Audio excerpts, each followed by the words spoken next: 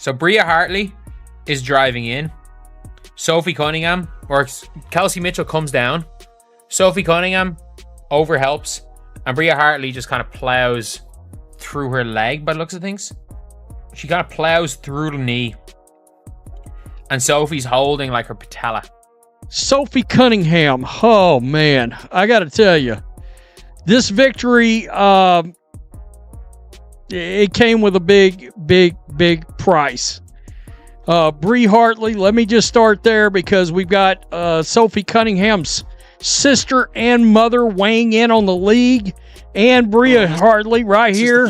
This is Hartley right here coming she tries in. To slide over right there, and Hartley just kind of falls and she crushes in immediately on the knee of Sophie right here. She went down hard. And that was it. This is crazy, right?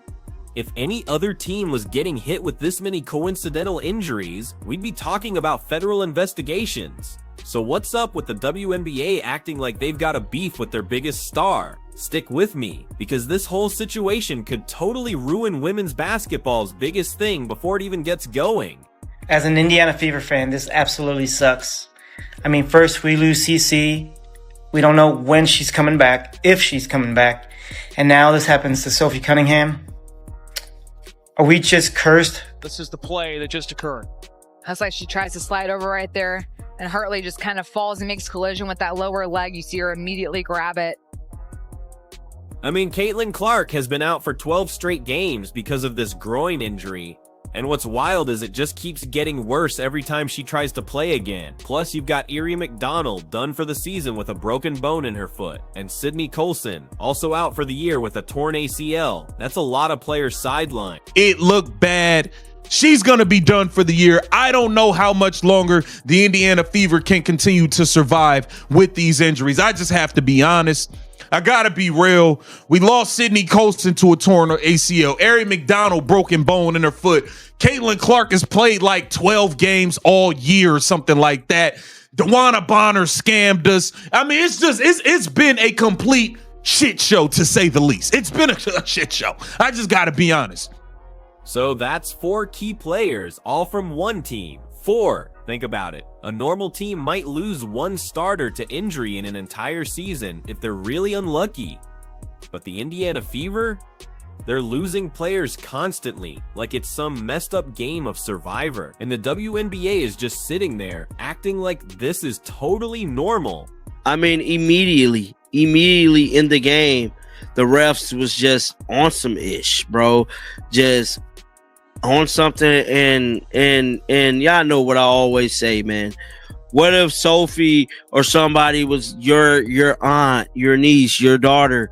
You know, you got to put yourself in reality, you know, because she is somebody's daughter, she is somebody's sister, and this is just unfortunate. And those of you who don't think a civil rights investigation need to be brought upon this league is tripping. This civil rights investigation. What's their response? The league literally had to sign Odyssey Sims to a hardship contract because they didn't have enough healthy guards left to even fill the team. Seriously, think about that. The biggest team in women's basketball history is now signing emergency players just to get 5 people on the court. This isn't just bad luck, it feels like they're systematically ruining the WNBA's biggest asset. Sophie Cunningham lying down, clearly in pain, visible pain. Agony, pain, stays down. Got to cut to commercial. The medical staff comes around her. She looks like she walked off on her own accord, but it looked like she walked off in pain on her own accord. Out for the rest of the game. Only played 10 minutes. And that's where Lexi Hull needed to step up, and step up she did.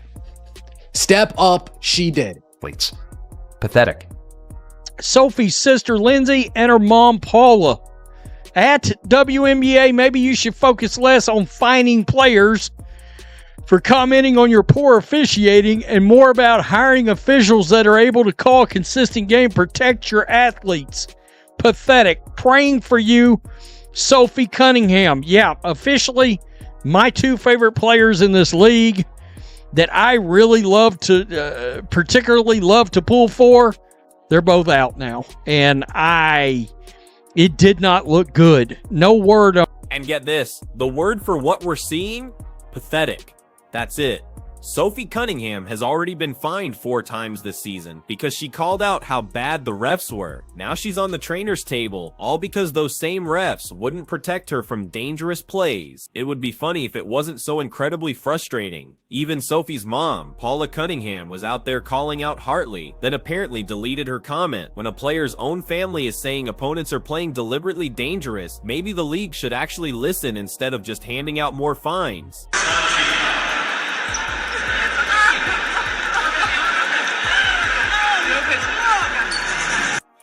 You can literally hear her screaming in pain.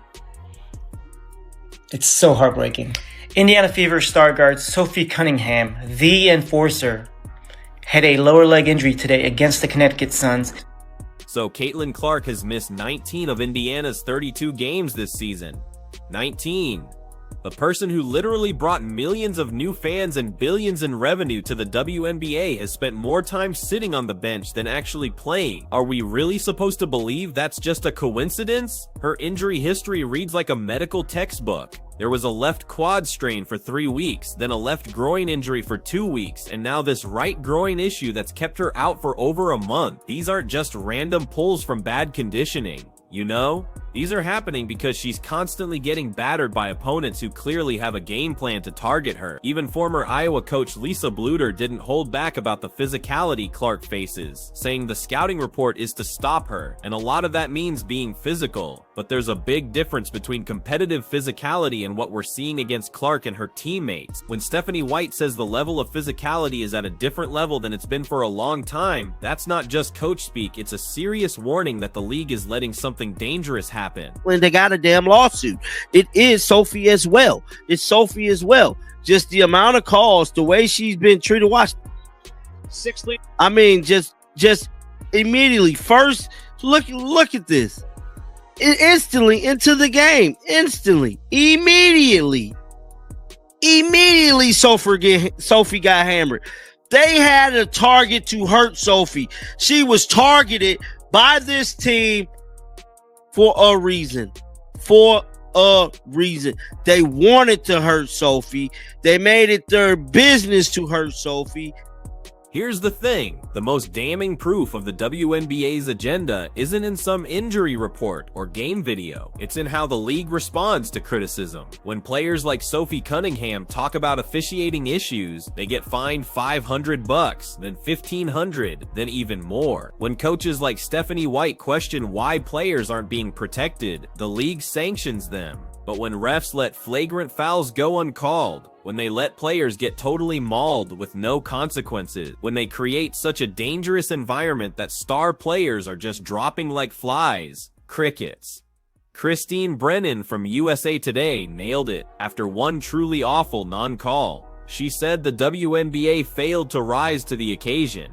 People are watching like never before, right? And this is what they're seeing. The league is getting record viewership and tons of mainstream coverage, and their response is to let the refs turn games into total demolition derbies. Monty McCutcheon, the head of officiating, says they're great at holding refs accountable, but where is that accountability when Clark gets shoved to the ground and the officials call it a common foul? Where is it when Cunningham gets taken out by a clumsy fall that looked anything but accidental? I told y'all Bria Hartley is a dirty player. She's no different than Dejanay Carrington. It just doesn't get as much publicity because the Connecticut Sun stink. Point blank, period. She's reckless. She injured Sophie Cunningham, and it is a travesty. Stephanie White, you better go and you need to be buying Kelsey Mitchell food all week. You need to send her a personal masseuse because she saved your job tonight. Your ass should have been fired if y'all had lost today. Point blank and period. You was horrible. Bro, before you could sneeze, achoo, we was down by 10 plus points in the first quarter. Okay, so here's something the WNBA probably doesn't want you to know. The Indiana Fever's playoff chances? They've tanked from 99.2% down to 87.1% as all these injuries keep piling up. They've also slipped from 6th to 7th in the standings, and teams like the Seattle Storm and Los Angeles Sparks are right behind them, just 1 or 1.5 games back. Coincidence? Or is this exactly what the WNBA wanted? Think about it from the league's point of view. Clark and the Fever brought massive attention to women's basketball, which is great, but they also showed how much weaker the rest of the league was. Casual fans tuning in for Clark were seeing huge blowouts and amazing highlights, making other teams look pretty amateur. The league needed to even things out, right? And what's a better way to do that than by systematically taking away the Fever's competitive edge? ESPN's WNBA Power Index still gives Indiana an 87.1% chance to make the playoffs, but that number drops every single game Clark is out. With only 10 games left in the regular season, the Fever are in a desperate race. They need to get healthy and lock down their playoff spot before this whole injury epidemic costs them everything they've worked for. There's only 13 teams in the WNBA. 8 of them go to the playoffs. Not 6, not 4, 8. Over 50% of them go to the playoffs.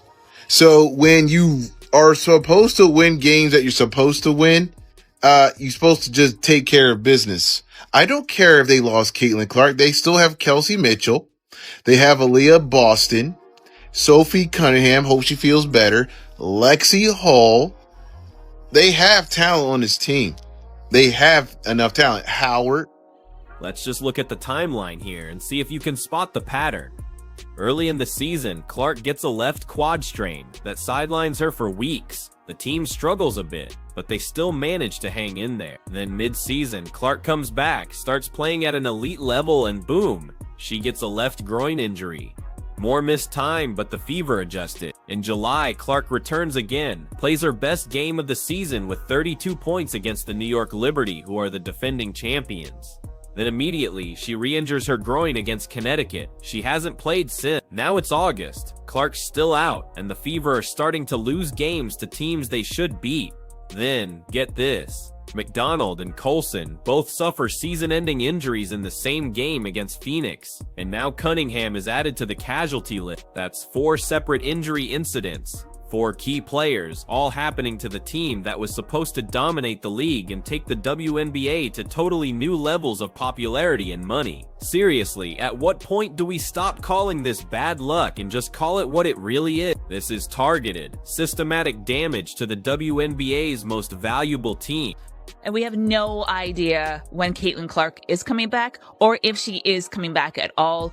Every time that they get asked, they just say TBD. We have no idea what's going on, which is, in my opinion, quite suspicious. You kind of know what is going to happen with an injury. The doctors can give you an estimate. The player can tell you, you know, I'm not really feeling that great. I don't expect to be coming back, but she has been practicing with the team. Maybe she's going to come back for the playoffs and help them get that championship, or at least try to get the championship.